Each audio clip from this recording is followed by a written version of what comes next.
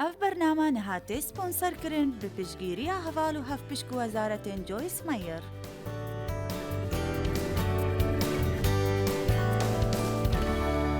ای خودی ام سپاسیاتت کنج بر پیوا تا دایما تو گلکی دلوانید گل ما ام حش پیواتت کنو برزگرتن و نزیکی ود بین. ام پیش بینید کن که او پیوا سخلمی جیانا مدا پیدات کرد بریک عیسی مسیح. آمین. بری سالا که من کتابک نویسا بناوی جوانی بوراجیه سال 1994 من اف کتابه نویسا پیکاتیش هنده بروانامت منو بحثی پینگاویت آخفتنیت که جبو سرکفتن لسر ایشانا هستو سوزاو هر جورکی زیانی بید جیانا مدا اف کتابه تجیش پیزانینیت باشو آگهداریه که بچی کوهاریتت کت دەست بژیانەکە شاد بکەی ئەڤا مەسیح مرنە خۆدایەتە. ئەز بڕاستی دەسەر چەندێ ئاغڤم. ئێشایە 16 ئاەتە 1 هەتا 3 هەندێک ئاخەفتنێ پیرۆز هەنا و من ساڵێت دەستپێکێدا چاودێریە واند کرد. ئەز دشێنبێژم هەمی شاشیا من گەل خودێ چوو چنکی من کەم هزرد کرد. دباشە تو زانی.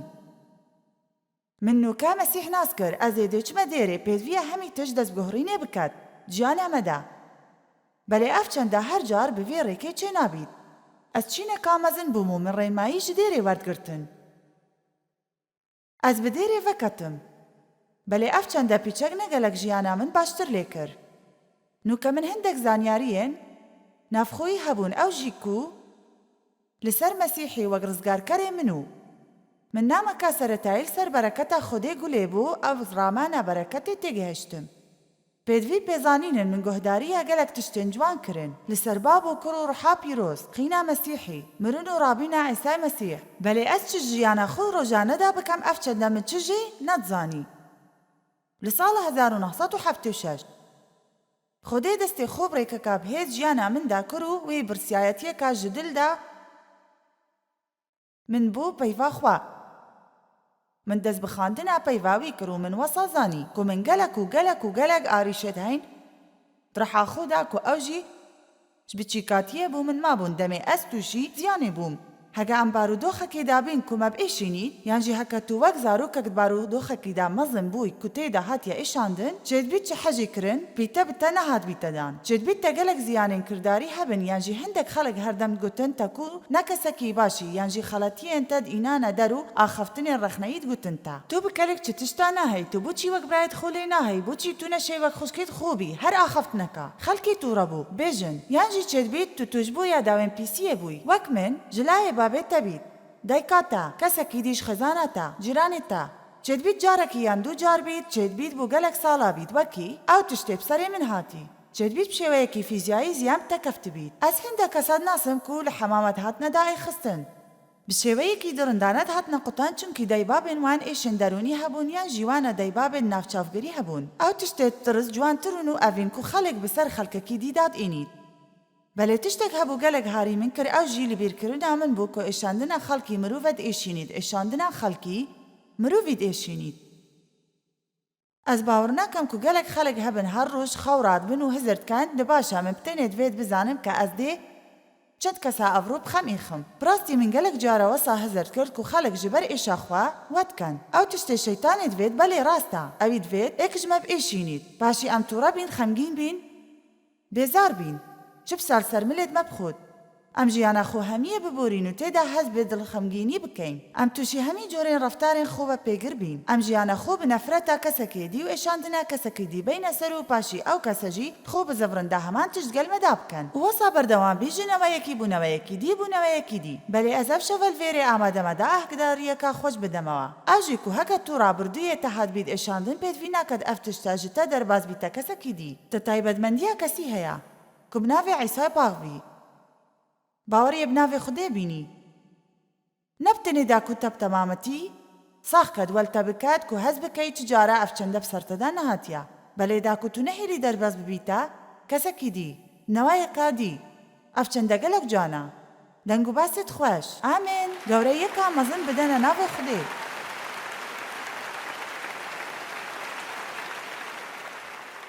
دوان ساڵی دەستپێکیدا ئەس گەلەکە پێدوی بووم کو باوەڕیە بسووزێن خودێ بینم و دەمێ من هەوڵدای ئەس vê چەندێ بخینم ئەس ژیانە خۆدا بکار بینم ئەس vê چەندێ بۆ تە نابێژم هەکە توژە دل بە شێوەیەکی خراپ هات پێ ئێشاندن و تا ئاژاوایەکە مەزەندگانی خۆدا هەبیت هەکە مێشکێتەیە بەرزە بیت هەستێن تە بەرزەت بن چێت تە دەوێت کۆنتڕۆلە هەمی تشتێ بکەیت یانژی توی سیست بووی و تە نەوێتن چ هەڵبژارتنێن ژڕاز بکەیت و بجوورەکێ ژیانێ نەیە خواجێبینی و بێهناخوا فرەحتکەی و بەرێ خۆددەیە کادچێکی بیت ڕۆژ دیڤ ڕۆژ ڕۆژل دیڤ ڕۆژ ئەف چەندە پیچەکە وەختی پێت بێت و پیچەکە چاودێری پیچەکە خاندنێ پیچەکان وێژێ دا ئەف سەخلەمیە کارکەد ئەوا بتە هاتیەدان بچاکێخینە مەسیح ئەو تشتێمە بشێوەیەکی یاسایەنە هەیە وەک دیارەکش خودێ پێدویە تو فێری چاوانیا چەسپاندناوی بشێوەیەکی سەرهاتی ژیانە ڕۆژانەدا خۆدا بکەیت هەندێک جارە مرۆڤ شاش بێت چونکی دبێژن بەلێ تو دبێژی عیسا ئەز ئازاد کرم دباشە پابۆچی ئەزێنەی ئازادم تو دبێژی ئەساغ بووم بژانێن مەسیحی پابۆچی هەتانوکە ئەز ئاژاوەیە داما تەگوت کو ئەو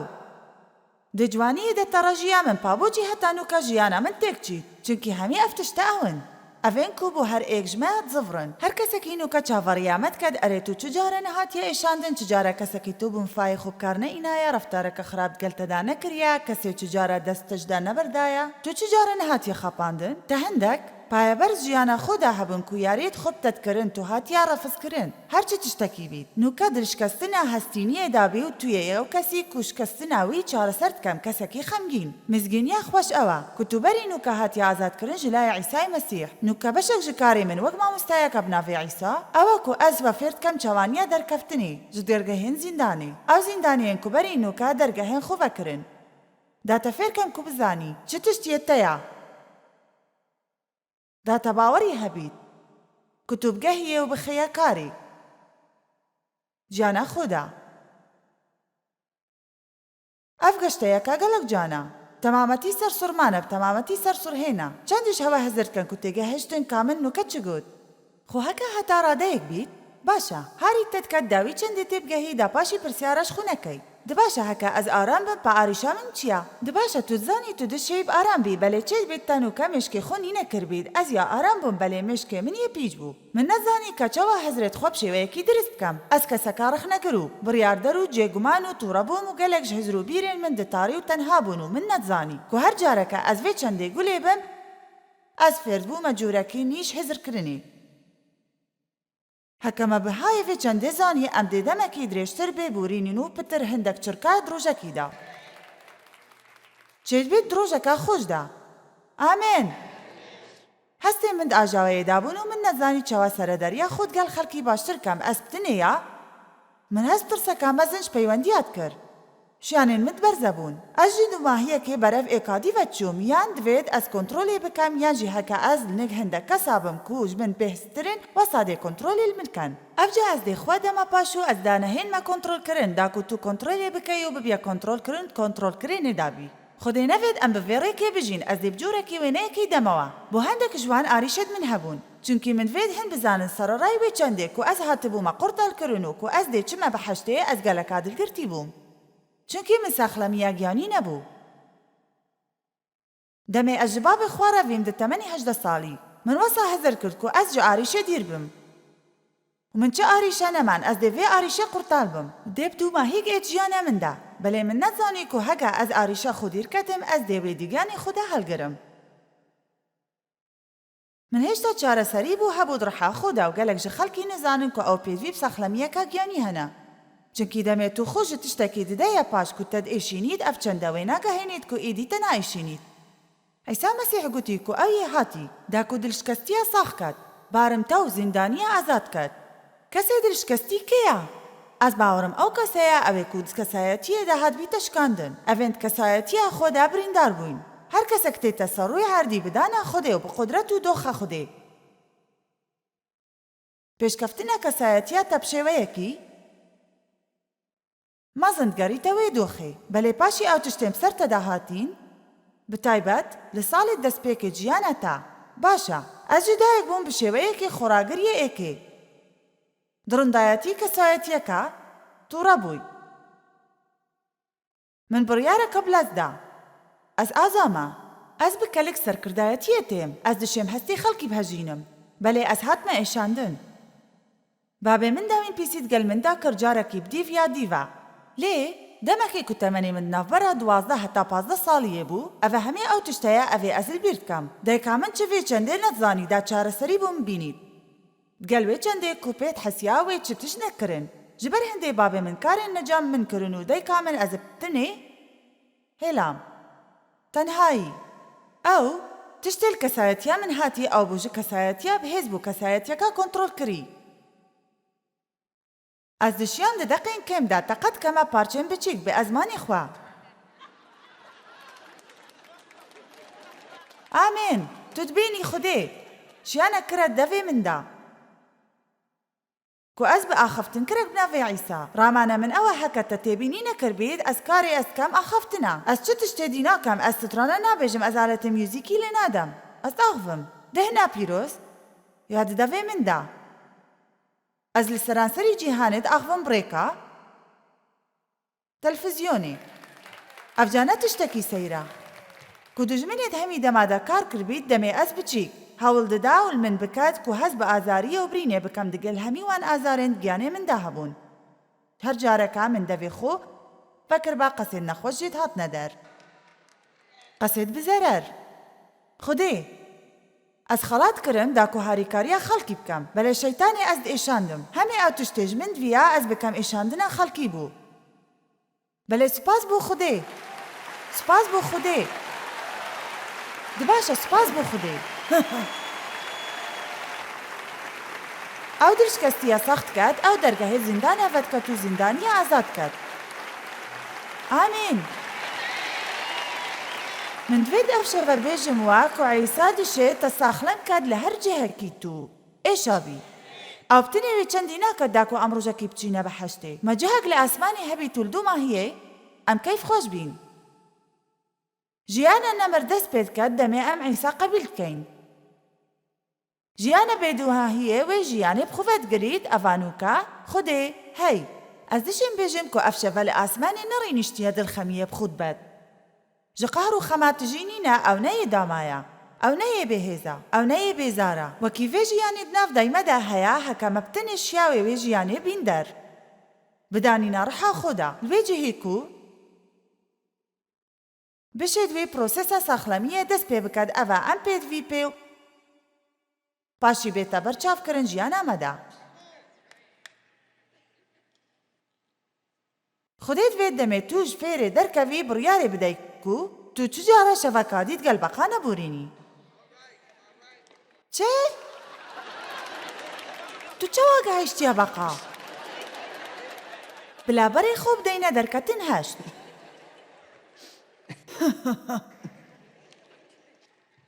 derketin heşt xelkê İsraîlê di ebûdiyê têda li biyabana Misrê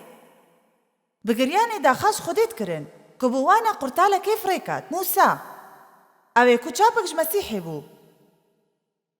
da ku wan e rizgar ket Fir'awn ev ê bi dewrê şeytanê radbît nedihêla ku ew ji bin destê dibî da bîne der ji ber hindê xwedê karesatek li dîv ya dî bi serê wan da îna dêwan jiyaneka bêçare hebît hekewe xelkê wî berneda êk ji wan karesata beq bûn نوکا چاپتری هشتی آیت هایکی پاشی خودی گوته موسای هرانک فرعونی و بیجی خودی وسط بیجید پیلا خلقی من جمصر بدرکوید داکو خزمتا من بکن از اف شفا لویری آماده ما بیج موا امی شیطانی راد گهینین پیلا خلقی خودی بچید داکو خزمتاوی بکن آمین از دی اف شفا اخوام منافی خودی و بیجم که خدای مزند بیجید پیلا خلقی من بدرکوید آمین هکا تنهی لآب درکوم بهنه خواه فرهکه از دی آخا تجبقا تجیکم ریبار دیش بقا تجیبید حتی کو آواوی سردا بچی تو بیتد ناف خانین و ناف نوینین و سر تختین و سر خلکی و ناف اوینین و ناف قازانا ناف هفیره و خودل ویره و نه یکیت کشید بغدل همی جها هبن تو زانی هکتا بیزاریک جیانا خود هبید تو دل همی جها بینی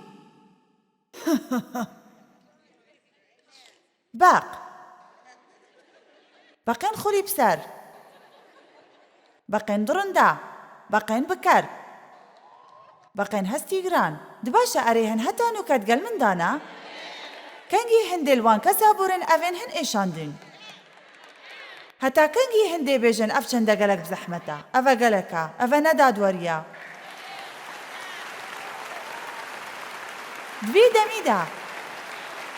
دوی دمیدا أفايا أوروجا تلهي فيش خدي أزدي يا شادو كيف خوش بم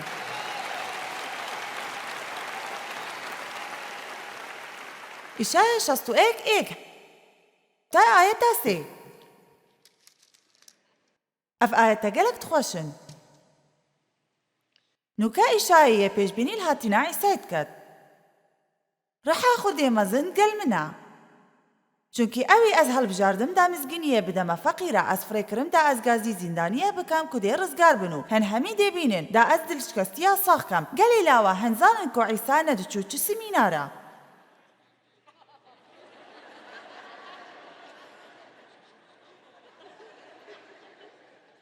ئەژی هەڕووسا من ئەف تشتە ڕاگەهاند ئەڤێ عیسا ڕاگەهاندی ئەزە ژێ هاتیمە چونکی وێ ئەس هەڵبژاردم دا ئەز ئنجیلێ فێرێ کەسێ سادە و کەسێ فەقیر و خەمبەر بکەم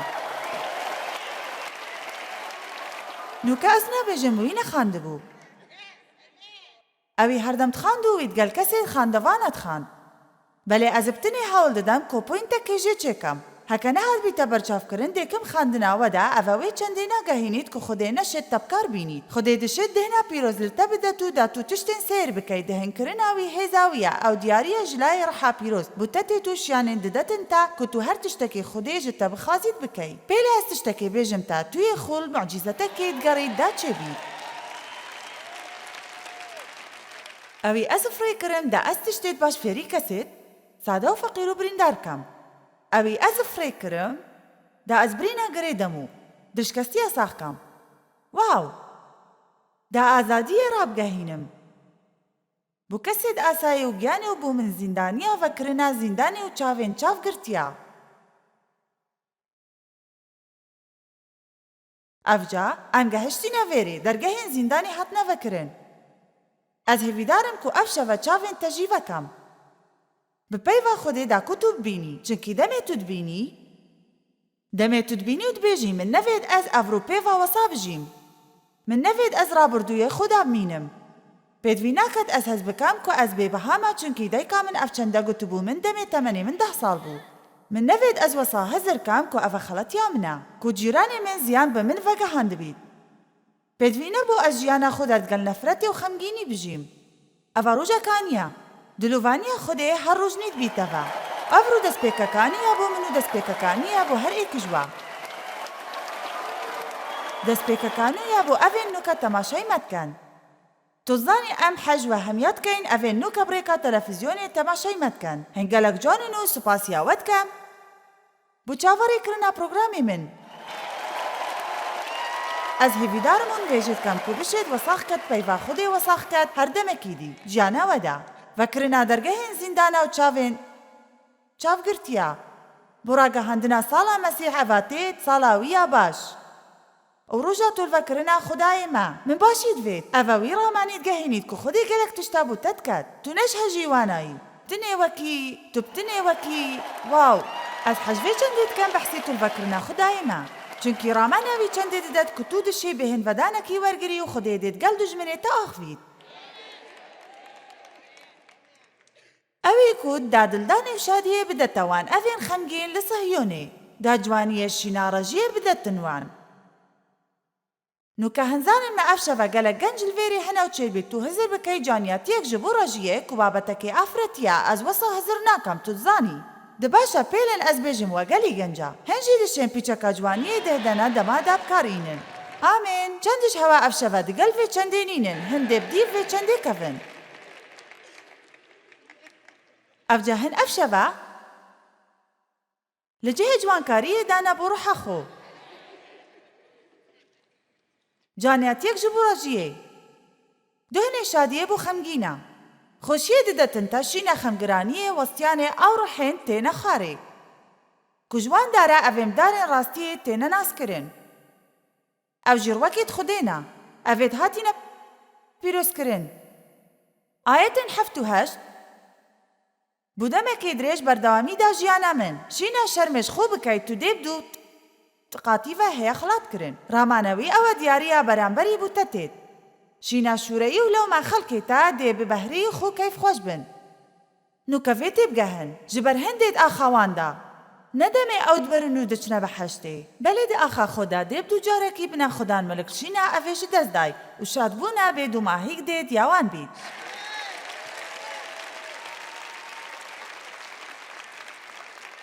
ئەفجا هزرێن خۆ بکەن کاچ بووە دەهێت دوو هەندە بۆ ئاریشت بە. نە ئاریشت دوو هەندە. پیرۆزیە دوو جارەکی. ji bo êrişên te yên berî. Tu dibêjî dibaşe erê ma pêdiviya ez tiştekî bikim? Belê, reha pîroz dê hindek pêzanîne detin te. Ew dê rêkê nîşa te det. Reha pîroz rawîşkara me ye. Ew dê bi diristî zanît. Ku dê çi ket? Demê em hemî wan tiştên zivrandî pêk ve bi dest vedînîn û ev çendet heman demde me têk nadet. Ciwanî bû rojiyê. Du hinde bû êrişên te. بۆچی؟ چونکی خودێ حەج دادوەریت کرد. ئەس حەجvê چەندێ دکەم ku خودێ خودایê دادوەریەیە. Tu zanî ramana vê çendê çi ye ku خودێ خودایê dadweriyê. Manawî ew e ku ew hemê tiştê xelet dirist kir. Ma ev ne tiştekî cana, nûke? Heka tu kesekî sade û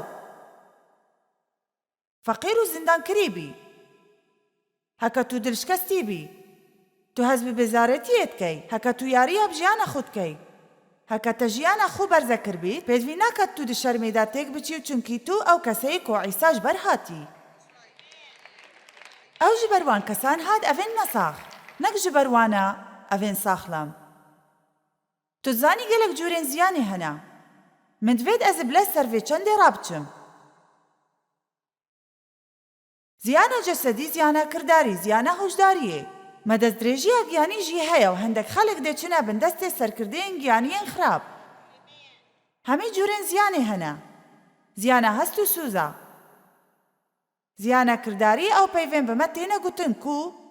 tişta ji nav bidin. İncîla pîroz dibêjît hêza jiyanê û mirenê ez emanê daya. Çend dijwa şarezayî heye pitir ji ku beşdarî ziyankariya kirdarî kirbît. Jiyana xwe da. Tu dibînî ev wegrêka gelek kesaya. Şeytaniyê saxa û saxleme li ser rûyê erdê erê êkiş ve ev çende têbînî kiriye? Belê ez dibêjim wa ku kesek dê tiştek heye we bi we bêjît. Ew jî babê we yê asmanî ye.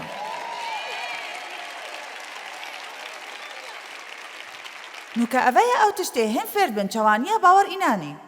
Ne ew tiştê dayka we got bîtî û ew e giring e. Belê ew tişte giring e ev ê Xudayê babê me gotiye te.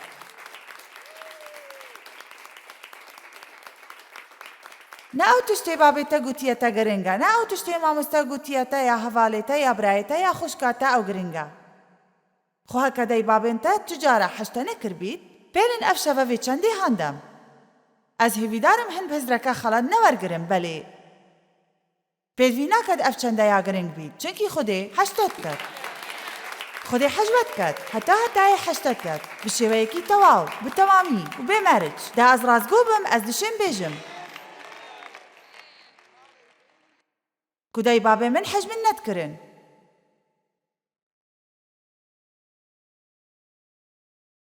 Ramana min ew e deyka min hej min dikir. Belê ew deyka ji dil hej zarokê xwe diket û wî nahêlî te bitenî. Dwekî wan barûd û xada nûke ew ê lawazî hebû, tiris hebû. Ez vê çendê hemî têgehiştim min çi tişt dijî wî nebûn. Belê min ew corê hejîkirin nebe ev ê pêdivî Nik her zarokekê hebît pêdiviya em fêrî hejîkirina Xwedîya babaniyê bên ji dey babên xwe. Belê em nefêr bûyn. Belê nûka demgîrûnîne ku tu dest pê bikey. Bû min nexeme heke ev şeve tu li wêrê rînişt bî û emrê te 75 sal bin. Tu dişê ev şeve dest pê bikey. Wergirtina hejêkirina Xwedê. Nûke hejêkirina Xwedê ew tişte ku birîna giyanê me saxt ket. Ev ca ez dê ayetekêş İncîlî demewa Efesyan 3:16 min divê hin bizanin destbikirina vên vêjê bikin bi şêweyekî rojana. Efesyan 3:16 ez her rojekê vên vêjê dikim. Tu zanî demê tu peyvên Xwedê bi devê xwe dibêjî tu dest pê dikey baweriyê pê diînî û bi gotina wan peyva devê xwe. Tu dest bin vêja wan peyva dikeye ve bû Xwedê. Evî bendê di razgoyî hene da sûzên xwe bicih bînît heke te bawerî bi wan benda hebît. ئامین ئەفجەوتت بێژی بابۆ من باوەڕی بەvێ چەندێ هەیە من ئەڤر و وەرگرت چێت بیت ئەو یارمەتیاتە بدەت ji دەوڵەمەندیە شانازیە خوا دەتو بەهێز بی و بەهەیە پشتەوانی کردن بەهێزە کات و نادار دکەسێ نافدایی ژلای ڕحا پیرۆز ئەو بخۆت قوڵانیە گیانێتە و دکەسایەتیا تەدا خۆچێها هەلێلویا گیانێ پیرۆز وەرە و خۆ دناف کەسایەتیا منداکە ئەڤر وەرە خودێ و خۆجێت بکەسایەتیا مندا چونکی ئەس دڕەق نابم ئەس دێ باش بم ئەس خەمگین نابم ئەس دەیە کەیفۆش بم ئەس تووڕە نابم ئەس دەیە شاد بم ئەس ئەڤر و تژی خەم و خارنێ نابم ئەس دێ خوا ji vê xaniyê keme derê û biçim harîkariya kesekê pêdivî bi harîkariyê kem were giyanê pîroz xwe cih bet kesayetiya min da çend dijwe dê dest bi vên vêjêkan her roj di her rojekî da ev bername nihatê sponserkirin bi piştgiriya heval û hevpişk wezaretên Joyce Meyer